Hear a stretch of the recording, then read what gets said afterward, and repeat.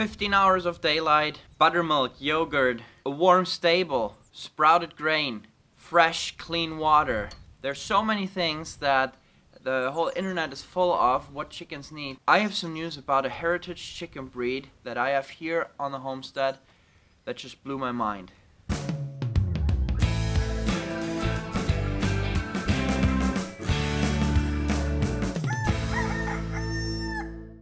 I've shared in several videos before about my dual-purpose heritage chicken breeds that I have here on the homestead. I have tried the Australorp, I've tried the New Hampshire, I've tried the Sussex, I've tried the Rhode Island Red, I've tried the Plymouth Rock, I've tried the Bielefelder, and all of these are among the top performing dual-purpose breeds. Now the modern hybrids, obviously, you have the broilers, which outperform any heritage breed in meat production, and you have the layer hybrids, which outperform any heritage breed in egg production.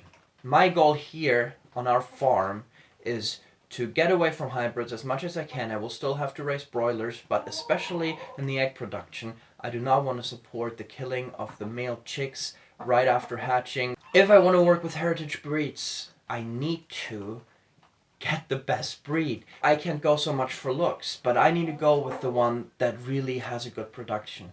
Our farm is listed as one of the official dual-purpose breeders of this breed, Bresse, and Bresse is much more of a brand name than actually the breed name, because you are only allowed to sell and call them Bresse if you are in France, in that area, a certified farmer who raises those chickens. I had no experience with this breed. I didn't know how many eggs will they lay per year. And so last year I compared these chickens with the other breeds. I found that they grow 20% faster than the other chickens, and that they also lay really well. How well? I didn't really have a grip on it because they were out on the pastures with all the other chickens. Since I have been collecting eggs for hatching and breeding, I have been able to monitor these chickens, how they lay. Now here I have 8 Bresse chickens and 1 rooster.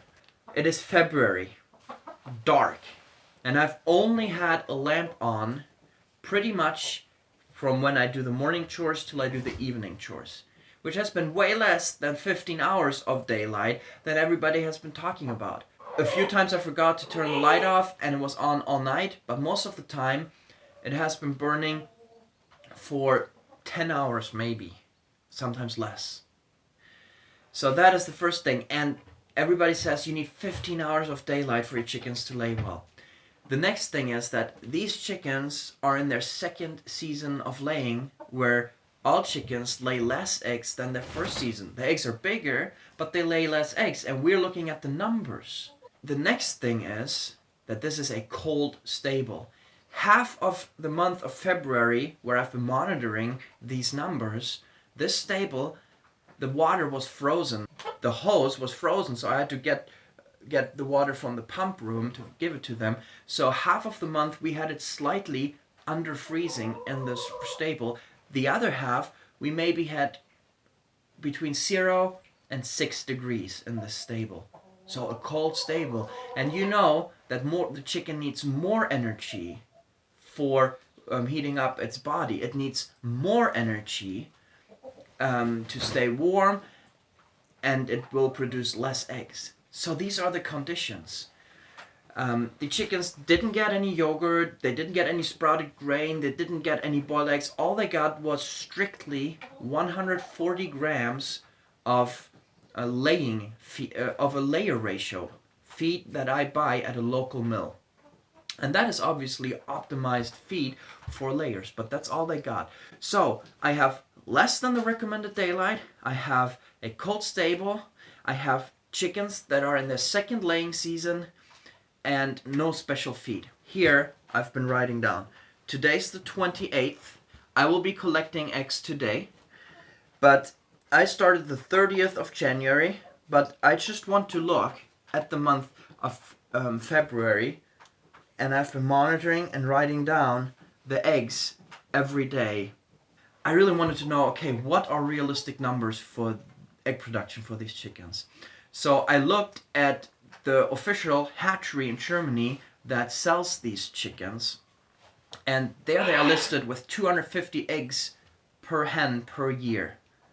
I was like, okay, the hatchery might put that number a little higher because they want to sell those birds. So I got in touch with one of the farms in southern Germany in Bavaria and asked them how a realistic look at this egg production is. And so I got in touch with him, I wrote, and he said a realistic outlook right now is 180 to 200 eggs per year per hen. I was like, whoa, that's a big difference to that number that hatchery said. But I wanted to check myself. I wanted to look at this. What are my numbers going to be? And after monitoring it, let's do the math here together. So I left the chicken stable just because the hens usually make a lot of noise when I'm in there and try to tell me who's boss. Anyways, I've done the calculations. I've taken the 31st of January till the 27th of February just to get 28 days. It's the 28th today. I haven't collected eggs yet.